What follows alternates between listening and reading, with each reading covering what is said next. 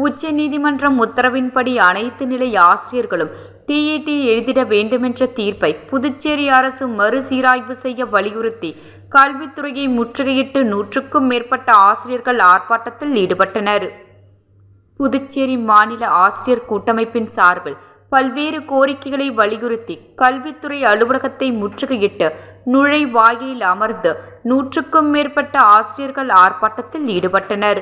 உச்ச நீதிமன்றம் அனைத்து நிலை ஆசிரியர்களும் டிஇடி எழுதிட வேண்டுமென அளித்திருந்த தீர்ப்பை அரசு மறுசீராய்வு செய்ய வேண்டும்.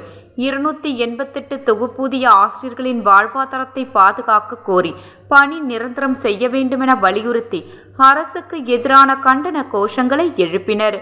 அடுத்த கட்டமாக ஆசிரியர் கூட்டமைப்பு நிர்வாகிகள் துணைநிலை ஆளுநர் தலைமை செயலரை சந்தித்து விளக்க கடிதம் கொடுப்பது. இதனைத் தொடர்ந்து மத்திய கூட்டமைப்பு நிர்வாகிகள் அக்டோபர் முதல் வாரத்தில் டெல்லிக்கு சென்று மத்திய கல்வி அமைச்சக அதிகாரிகள் மற்றும் மத்திய பணியாளர் மற்றும் பயிற்சித்துறை அதிகாரிகளை சந்தித்து கோரிக்கைகள் தொடர்பாக பேச்சுவார்த்தை நடத்துவது எனவும் முடிவு செய்யப்பட்டது.